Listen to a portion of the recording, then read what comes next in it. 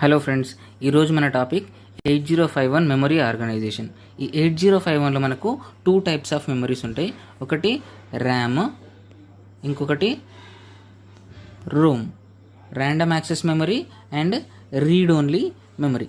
ఇప్పుడు ఈ random access మెమరీలో మళ్ళీ 2 టైప్స్, ఆన్ చిప్ ర్యామ్ అని ఉంటుంది, ఆఫ్ చిప్ ర్యామ్ ఉంటుంది. ఓకే, ఇక్కడ రోమ్ కూడా on chip off chip ROM ఉంటుంది. ఓకే, ఈ ఆన్ చిప్ ర్యామ్ని ఏమంటారంటే ఇంటర్నల్ ర్యామ్ అంటారు, ఆఫ్ చిప్ ర్యామ్ని ఎక్స్టర్నల్ ర్యామ్. నెక్స్ట్ ఈ ఆన్ చిప్ రోమ్ని ఇంటర్నల్ రోమ్ అని, ఆఫ్ చిప్ రోమ్ని ఎక్స్టర్నల్ రోమ్ అని అంటారు.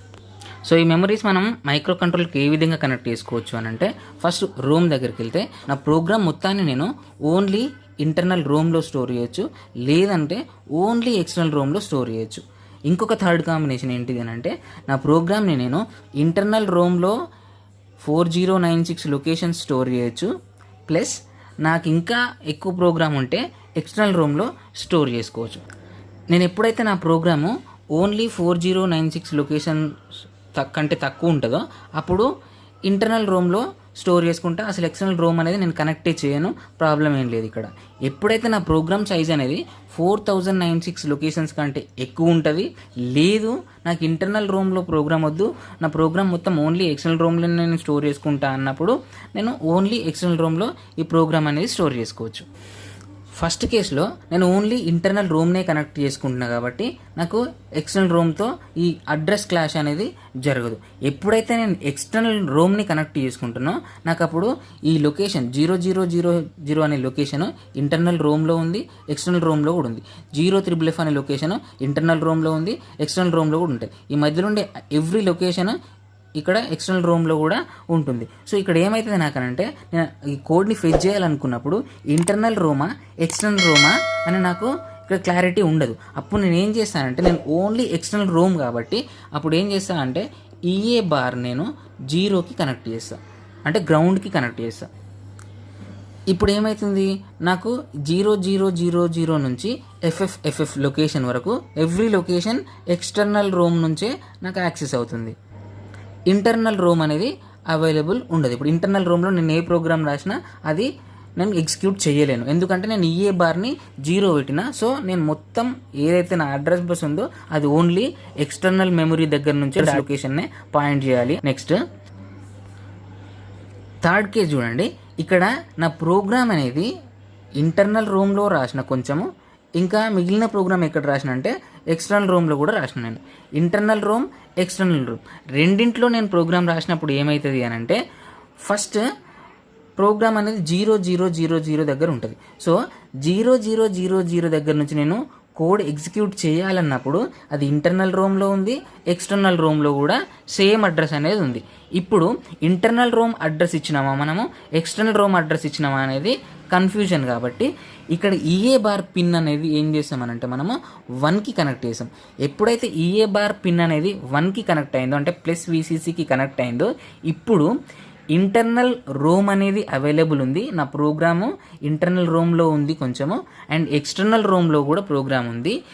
And internal Rome locations 0000H నుంచి 0FFF వరకు ఉన్నాయి కాబట్టి ఎక్స్టర్నల్ రోమ్ లొకేషన్ అనేది 100H నుంచి ఇక్కడ నుంచి, ఓకే, 1000 నుంచి ఈ లొకేషన్ వరకు మాత్రమే మనం యూజ్ చేయగలుగుతాము. ఏవైతే ఈ లొకేషన్స్ ఉన్నాయో మనం వాటిని యూజ్ చేసుకోలేము. ఇక్కడ ప్రోగ్రామ్ ఉన్నా కూడా అది మనం ఫెచ్ చేయలేము.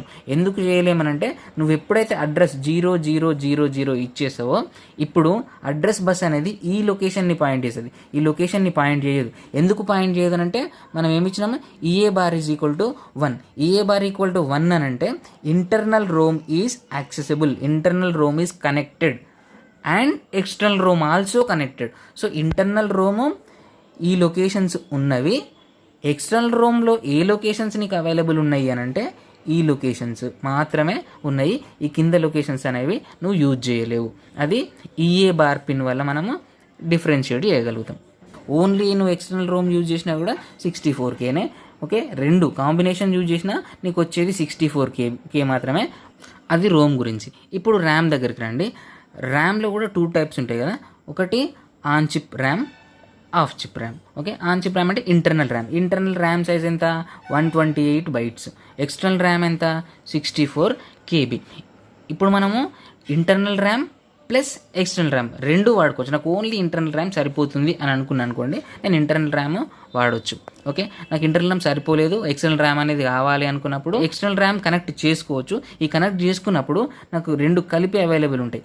ఇక్కడ ఏమవుతుంది చూడండి, ఎప్పుడైతే నేను internal Rome external Rome connect చేస్తున్నానో అప్పుడు నాకు వచ్చేది ఓకే 4 + 60 మాత్రమే వస్తుంది. ఓకేనా, ఈ 4 అండ్ ఈ 60 మాత్రమే అవైలబుల్ ఉంటుంది. ఎప్పుడు EA బార్ = 1 ఉన్నప్పుడు. ఓకేనా, EA బార్ 0 ఉన్నా సరే నాకు 64K మాత్రమే వస్తుంది. అదే ర్యామ్ దగ్గరికి వస్తే మాత్రం ర్యామ్లో ఉన్న 128 బైట్స్ ప్లస్ 64 KB ఇవి మొత్తాన్ని మనం వాడవచ్చు. రోమ్ ఓన్లీ 64 KBనే ఉంటుంది. ఓకే, ర్యామ్ మాత్రము 64K ప్లస్ 128 బైట్స్ ఉంటుంది.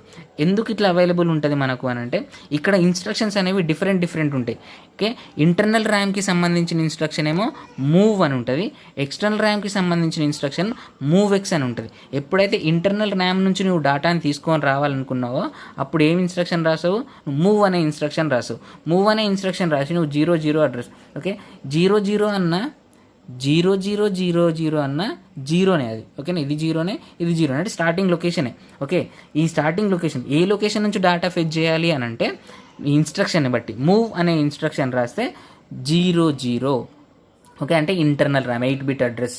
మూవ్X అని రాస్తే external RAM okay 16-bit address అది.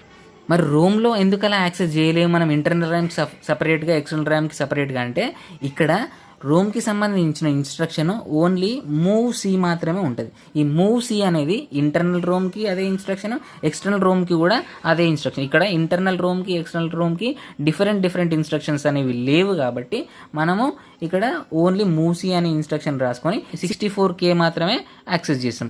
కానీ ఇక్కడ ఎప్పుడైతే ఇంటర్నల్ ర్యామ్ ఎక్స్టర్నల్ ర్యామ్ని వాడుతున్నామో మనము ఇంటర్నల్ ర్యామ్ నుంచి డేటా కావాలంటే మూవ్ అనే ఇన్స్ట్రక్షన్ రాస్తాము. సో ఈ 120 బైట్స్ నుంచి డేటా వస్తుంది నీకు. ఎక్స్టర్నల్ ర్యామ్ నుంచి డేటా కావాలనుకున్నప్పుడు మూవ్X అనే ఇన్స్ట్రక్షన్ రాస్తావు. అప్పుడు మళ్ళీ ఈ 64 KB నుంచి నీకు డేటా అనేది వస్తుంది. మనకు internal ROM 4K, external ROM 64K, external RAM 64, internal RAM 128 bytes.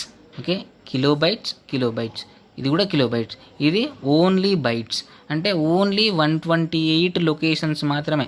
ఇది 4096 లొకేషన్స్, ఇది 65,536 లొకేషన్స్, ఇది కూడా 65,536 లొకేషన్స్. ఈ ర్యామ్ మాత్రం ఓన్లీ 128 లొకేషన్స్ మాత్రమే. ఈ ఇంటర్నల్ ర్యామ్ని మనం ఏం చేస్తామనంటే 3 పార్ట్స్ లాగా డివైడ్ చేస్తాం. ఇక్కడ చూడండి, ఇవి 3 పార్ట్స్. ఇంటర్నల్ ర్యామ్లో ఉండే 3 parts, first part, second part.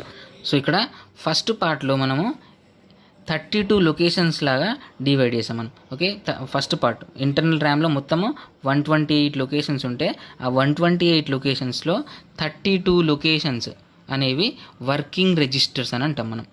అన్నీ 8-bit రిజిస్టర్. చూడండి ఇక్కడ ఉన్నాయి కదా 8 బిట్స్. ఇట్లా ప్రతి ఒక్క రిజిస్టర్ కూడా అన్నీ 8-bit రిజిస్టర్సే. ఇక్కడ ఈ 32 లొకేషన్స్ని మనం ఏం చేస్తామంటే 4 పార్ట్స్ లాగా డివైడ్ చేస్తాం. 4 పార్ట్స్ ఏంటి అని అంటే bank 0, bank 1, bank 2 and bank 3. ఒక్కొక్క బ్యాంక్లో మళ్ళీ 8 లొకేషన్స్ ఉంటాయి. ఇక్కడ చూడండి, ఇక్కడ నుంచి ఇక్కడ వరకు బ్యాంక్ 0. ఓకే, ఇక్కడ నుంచి మళ్ళీ ఇక్కడ వరకు బ్యాంక్ 1, మళ్ళీ ఇక్కడ వరకు బ్యాంక్ 2, ఇది బ్యాంక్ 2. ఒక్కొక్క బ్యాంక్లో మనకి 8 లొకేషన్స్ ఉన్నాయి. ఈ 8 లొకేషన్స్కి 8 డిఫరెంట్ నేమ్స్ ఉంటాయి. ఏంటి అని అంటే R0, R1, R2, R3, R4, R5, R6, R7 అని మనం రిజిస్టర్స్ నేమ్స్ ఇస్తాం. ఇక్కడ బ్యాంక్ 1లో మళ్ళీ 8 రిజిస్టర్స్ ఉంటాయి. R0 to R7, R0, R1, R2, okay R7.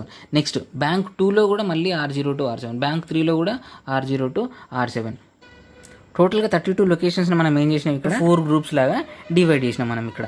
So అయితే ఇక్కడ మనకు ప్రాబ్లం ఏమొస్తుంది అని అంటే, ఎప్పుడైతే ఒక రిజిస్టర్లో నుంచి డేటాని తీసుకురావడం కానీ లేకపోతే ఒక రిజిస్టర్లోకి డేటాని ట్రాన్స్ఫర్ చేయడం కానీ చేసినప్పుడు ఏమవుతుందంటే, ఫర్ ఎగ్జాంపుల్ చూడండి ఇక్కడ మూవ్ R0, #number. ఓకే, ఏదైనా ఒక నెంబర్ని నేను R0లోకి మూవ్ చేయమని చెప్పిన మైక్రో ప్రాసెసర్కి. ఇప్పుడు ఏమవుతుంది అని అంటే R0 అనేది బ్యాంక్ 0లో ఉంది, బ్యాంక్ 1లో ఉంది, బ్యాంక్ 2లో ఉంది, బ్యాంక్ 3లో ఉంది. ఓకే, ఇప్పుడు ఏ R0లోకి నేను డేటాని ట్రాన్స్ఫర్ చేయాలి? ఓకే, 4 రిజిస్టర్స్ సేమ్ నేమ్తో ఉన్నాయి కాబట్టి ఏ రిజిస్టర్లోకి నేను డేటా ట్రాన్స్ఫర్ చేయాలి అనేది మనకు PSWలో ప్రోగ్రామ్ స్టేటస్ వర్డ్లో రిజిస్టర్ సెలెక్షన్ పిన్స్ ఉంటాయి. RS1 RS0 అని 2 పిన్స్ ఉంటాయి. ఓకే, ఈ పిన్స్ దగ్గర మనము 0 ఇచ్చినాం అనుకోండి, RS1 0 RS0 కూడా 0 ఇచ్చినాం అనుకోండి, అప్పుడు బ్యాంక్ 0 సెలెక్ట్ అవుతుంది. బ్యాంక్ 0లో ఉండే R0 రిజిస్టర్లోకి ఈ డేటా అనేది మూవ్ అవుతుంది. నాకు బ్యాంక్ 3లో ఉండే R0లోకి డేటా పోవాలనుకోండి, అప్పుడు నేనేం చేస్తాను అంటే ఈ RS1 1 RS0ని కూడా 1 చేస్తా. సో అప్పుడు ఏ బ్యాంక్ సెలెక్ట్ అయిపోతుంది? బ్యాంక్ 3 సెలెక్ట్ అవుతుంది. అప్పుడు ఏమవుతుంది? బ్యాంక్ 3లో ఉన్న R0 రిజిస్టర్లోకి డేటా అనేది మూవ్ అవుతుంది. ఎందుకు సార్ ఇట్లా డైరెక్ట్ మనం R0 to R32 అని రాసుకోవచ్చు కదా? R0 to మొత్తం 32 రిజిస్టర్స్ కాబట్టి R31 అని రాసుకోవచ్చు. సింపుల్గా మనకు ఇప్పుడు ఈ ఫైనల్ రిజిస్టర్లోకి డేటా పోవాలనుకోండి, మూవ్ R31 #number అని రాసుకున్నాం అనుకోండి, డైరెక్ట్ R31లోకి డేటా అనేది వెళ్తుంది. కానీ మీరు అడగొచ్చు, ఇక్కడ ప్రాబ్లం ఏమవుతుంది అంటే ప్రతి ఒక్క దానికి ఇక్కడ ఇన్స్ట్రక్షన్ ఫార్మాట్ ఎట్లుంటుందంటే ఆప్ కోడ్ ఆపరాండ్ 1 ఆపరాండ్ 2. ఓకే, మనకు ఏ ఆపరేషన్ అయితే చేసామో మనము దానికి ఒక కోడ్ ఉంటుంది, ఆప్ కోడ్ అంటాం దాన్ని. ఇక్కడ మనం ఏం చేస్తున్నాం? డేటా ట్రాన్స్ఫర్ చేస్తున్నాం, మూవ్ చేస్తున్నాం డేటాని. సో మూవ్ అనేది ఒక ఇన్స్ట్రక్షన్, దీనికి ఆప్ కోడ్ ఉంటుంది, 1s and 0s machine level లాంగ్వేజ్లో ఒక కోడ్ ఉంటుంది. ఓకే, ఇక్కడ మూవ్ R1 అన్నాం అనుకోండి, దీనికి ఒక ఆప్ కోడ్ 8-bit కోడ్ ఉంటుంది. మూవ్ R0 అంటే ఒక 8-bit కోడ్ ఉంటుంది. మూవ్ R1 మూవ్ R2 అట్లా మూవ్ R31 అని అంటే మనకు డిఫరెంట్ కోడ్స్ 32 ఆప్ కోడ్స్ కావాలి. దీనికి ఒక డిఫరెంట్ ఆప్ కోడ్, దీనికి ఒక డిఫరెంట్ ఆప్ కోడ్, నెక్స్ట్ ఆప్ కోడ్. ఓకే, మొత్తం 32 ఆప్ కోడ్స్ వస్తాయి మనకు, 32 కాంబినేషన్స్ కావాలి. అదే నేను ఈ రిజిస్టర్స్ 32 రిజిస్టర్స్ని R0 to R7 లాగా డివైడ్ చేసుకుంటే నాకు ఓన్లీ 8 ఆప్ కోడ్స్ అవసరం అవుతాయి. Okay, move R0 any number అని రాసిన అనుకో, దీనికి ఒక ఆప్ కోడ్. ఇప్పుడు ఏ బ్యాంక్లో ఉన్న ఈ R0లోకి వెళ్ళాలి అన్నదాన్ని నేను PSWలో సెలెక్ట్ చేస్తాను. ఓకే, అదొక ఇన్స్ట్రక్షన్ అయిపోతుంది, అదొకటే ఆప్ కోడ్. సెలెక్ట్ చేయడం అనేది ఒకటే ఆప్ కోడ్, ఇక్కడ ఇదొక ఆప్ కోడ్, 2 ఆప్ కోడ్స్ సరిపోతాయి నాకు. అట్లయితే 32 ఆప్ కోడ్స్ వస్తాయి నాకు. ఓకే, ఆప్ కోడ్ సైజ్ అనేది ఇంక్రీజ్ అవుతుంది కాబట్టి మనము 32 రిజిస్టర్స్ నెంబరింగ్ అనేది ఇయ్యము. లేదు అంటే డైరెక్ట్గా నువ్వు అడ్రస్ ఇచ్చి కూడా ట్రాన్స్ఫర్ చేయొచ్చు. ఫర్ ఎగ్జాంపుల్ ఇక్కడ ఉన్న R0లోకి నువ్వు డేటాని పంపించాలనుకోండి, ఈ R0లోకి డేటా పంపించాలి. నార్మల్గా అయితే మనం ఏం చేస్తామో ఫస్ట్ బ్యాంక్ 1ని సెలెక్ట్ చేసుకొని తర్వాత ఏం చేస్తామో బ్యాంక్ 1 సెలెక్ట్ చేసుకోవాలంటే ఏంటిది? RS1 RS0 ఉంది కదా, RS1 ఏం చేయాలి? 0 చేయాలి, RS1 ఏం చేయాలి? 1 చేయాలి. ఇప్పుడు ఏ బ్యాంక్ సెలెక్ట్ అవుతుంది? బ్యాంక్ 1 అనేది సెలెక్ట్ అయింది. నెక్స్ట్ మూవ్ R0 #number అని రాస్తే నాకు ఈ రిజిస్టర్లోకి డేటా అనేది వెళ్ళిపోతుంది. లేదు ఇంకొక వే ఏంటిదనంటే సింపుల్గా మూవ్ 08H #number. ఇదేంటిది? అడ్రస్. దేని అడ్రస్? ఈ లొకేషన్ అడ్రస్. సో ఈ R0లోకే డేటా అనేది వెళ్ళిపోతుంది. ఇది వర్కింగ్ రిజిస్టర్స్ ఏరియా. ఇప్పుడు 32 లొకేషన్స్ అనేవి ఈ వర్కింగ్ రిజిస్టర్స్ లాగా యూజ్ చేస్తాం మనము. నెక్స్ట్ ఏరియా ఏంది అని అంటే బిట్ అడ్రసబుల్ ఏరియా. ఓకే, ఇది ఈ ఏరియాని మనం ఏమంటామో సెకండ్ బిట్ అడ్రసబుల్ ఏరియా అని అంటాము. ఇక్కడ ఒక్కొక్క లొకేషన్లో 8 బిట్స్ ఉన్నాయి కదా, మనం ఇండివిజువల్గా ఒక్కొక్క బిట్ని మనము అడ్రస్ చేయొచ్చు. ఒక్క బిట్లో నీకు ఏదైనా నెంబర్ స్టోర్ చేయాలనుకుంటే నువ్వు స్టోర్ చేసుకోవచ్చు. నాకు ఈ బిట్ దగ్గర ఏదో ఒక నెంబర్ 0 or 1 స్టోర్ చేసుకోవాలని ఉందనుకోండి, నాకు ఈ బిట్ దగ్గర నేను 0ని కానీ 1ని కానీ స్టోర్ చేసుకోవచ్చు. కానీ ఈ రిజిస్టర్స్ ఏవైతుందో ఈ 32 లొకేషన్స్లో నాకు ఒక సింగిల్ బిట్ దగ్గర, ఈ బిట్ దగ్గర నేను 1ని స్టోర్ చేసుకోవాలి అంటే అట్లా చేసుకోలేను. ఏం చేయాలి? అట్లా చేసుకోవాలన్నా కూడా నేను ఈ మిగిలినవన్నీ 0s పెట్టేసి అదొక్కటి మాత్రం 1 పెట్టి టోటల్ 8 బిట్స్ అనేవి నేను పంపించాలి. ఓకేనా? అట్లా అయినప్పుడు మాత్రమే ఇక్కడ నాకు 1 అనేది స్టోర్ అవుతుంది. కానీ ఈ ఏరియా అట్లా కాదు, సింగిల్గా ఒకే ఒక బిట్ను పంపించి నేను ఆ లొకేషన్లో నేను డేటా అనేది స్టోర్ చేసుకోవచ్చు. అందుకనే దీన్ని ఏమంటారంటే బిట్ అడ్రసబుల్ ఏరియా అంటారు. ఈ బిట్ అడ్రసబుల్ ఏరియాని ఎందుకు యూజ్ చేస్తాము అనంటే మనకు ఏవైనా 1 బిట్ ఇన్ఫర్మేషన్ అనేది స్టోర్ చేసుకోవాలని ఉందనుకోండి. ఫర్ ఎగ్జాంపుల్ స్టూడెంట్ ఇన్ఫర్మేషన్ ఉంది, స్టూడెంట్ పాసా ఫెయిలా అనే ఇన్ఫర్మేషన్ ఉంది. ఇక్కడ ఈ ఎన్ని లొకేషన్స్ ఉంటాయి అని అంటే మొత్తము ఇవి 00 నుంచి ఇక్కడ ఫస్ట్ 32 లొకేషన్ 00 నుంచి 1F వరకు ఉంది కదా. ఓకే, నెక్స్ట్ ఇది ఎక్కడి నుంచి ఉంటుంది అంటే 20 నుంచి 2F వరకు ఉంటుంది. ఓకేనా, ఇది బయట అడ్రస్. ఓకే, ఇది బయట అడ్రస్, ఇవన్నీ బయట అడ్రస్లు, ఇది కూడా బయట అడ్రస్. ఈ అడ్రస్ ఏంటిది అని అంటే ఇక్కడ 00010203 ఉంది కదా, ఇది bit address, bit addressable area కాబట్టి దానికి కూడా అడ్రస్ ఉండాలి. సో అది బిట్ అడ్రస్.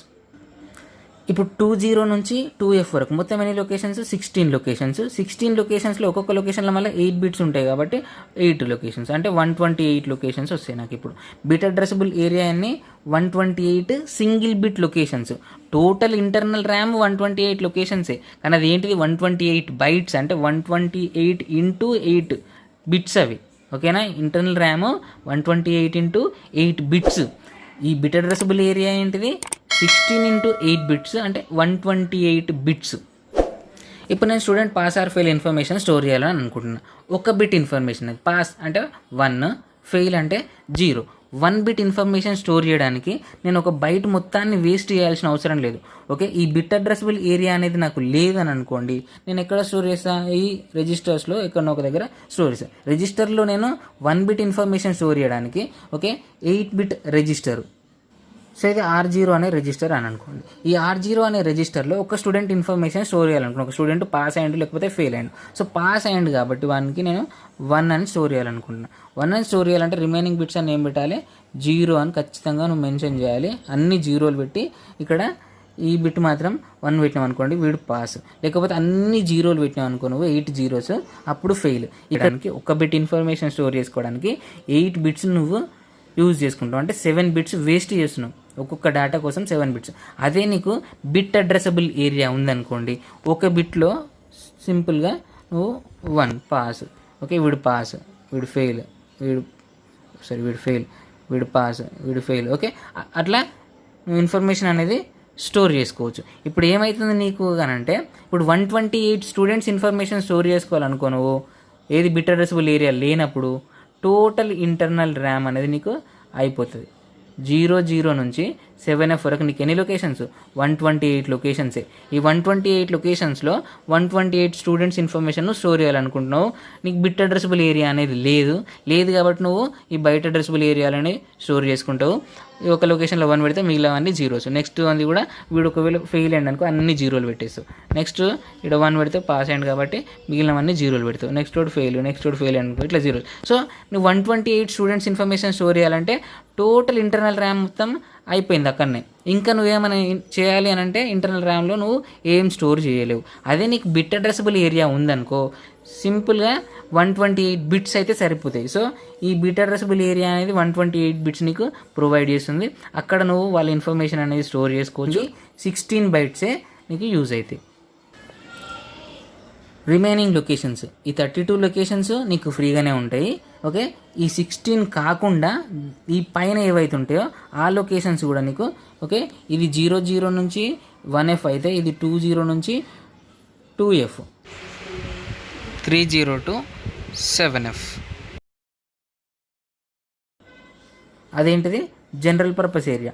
సో ఈ ఏరియా అనేది నీకు ఫ్రీ ఉంటుంది, ఇది ఫ్రీ ఉంటుంది. 128 స్టూడెంట్స్ ఇన్ఫర్మేషన్ అనేది నువ్వు ఇక్కడ స్టోర్ చేసుకుంటావు. ఓకేనా, ఇది బిట్ అడ్రసబుల్ ఏరియా వల్ల అడ్వాంటేజ్. థర్డ్ పార్ట్ ఏంటిది అని అంటే జనరల్ పర్పస్ ఏరియా. ఈ జనరల్ పర్పస్ ఏరియా అనేది 30 నుంచి 7F వరకు ఉంటుంది. అంటే ఇక్కడ మనకు ఫస్ట్ వర్కింగ్ రిజిస్టర్స్ ఎన్ని లొకేషన్స్? 32 లొకేషన్స్. ఇక్కడ నుంచి 00 నుంచి 1F వరకు. Okay, next bit addressable area అనేది 16 లొకేషన్స్, 20 నుంచి 2F వరకు. ఇది 32, ఇది 16, మొత్తము 48 లొకేషన్స్ అయిపోయింది. రిమైనింగ్ 80 లొకేషన్స్ ఏవైతే ఉన్నాయో అది మొత్తం జనరల్ పర్పస్ ఏరియా. నీకు ఇదంతా బయట అడ్రసబుల్ ఏరియా. ఓకే, మనం ఇక్కడ బయట ఇన్ఫర్మేషన్ అనేది స్టోర్ చేసుకోవచ్చు. ఇది ఇంటర్నల్ ర్యామ్. ఎక్స్టర్నల్ ర్యామ్ అనేది మనకు 64 KB ఉంటుంది. సో ఎక్స్టర్నల్ ర్యామ్ ఇక్కడ ఉంది చూడండి, ఇది మనకి ఎక్స్టర్నల్ ర్యామ్. ఈ ఎక్స్టర్నల్ ర్యామ్ అడ్రస్ 0000 నుంచి FF వరకు ఉంటుంది. ఎక్స్టర్నల్ ర్యామ్ని మనము డైరెక్ట్ 16 బిట్ అడ్రస్ ఇచ్చి యాక్సెస్ చేయొచ్చు. సింపుల్గా మనము జనరల్ పర్పస్ ఏరియా లాగానే యూజ్ చేసుకోవచ్చు. ఇవన్నీ కూడా 8 బిట్ డేటా. అడ్రస్ 16 బిట్, కానీ డేటా మాత్రం ఇందులో 8 బిట్స్ మాత్రమే పడుతుంది. ఓకేనా, this is the external RAM. Internal RAM, external RAM. Internal RAM అనేది ఇంపార్టెంట్. సో ఇది 8051లో ఉండే మెమరీస్.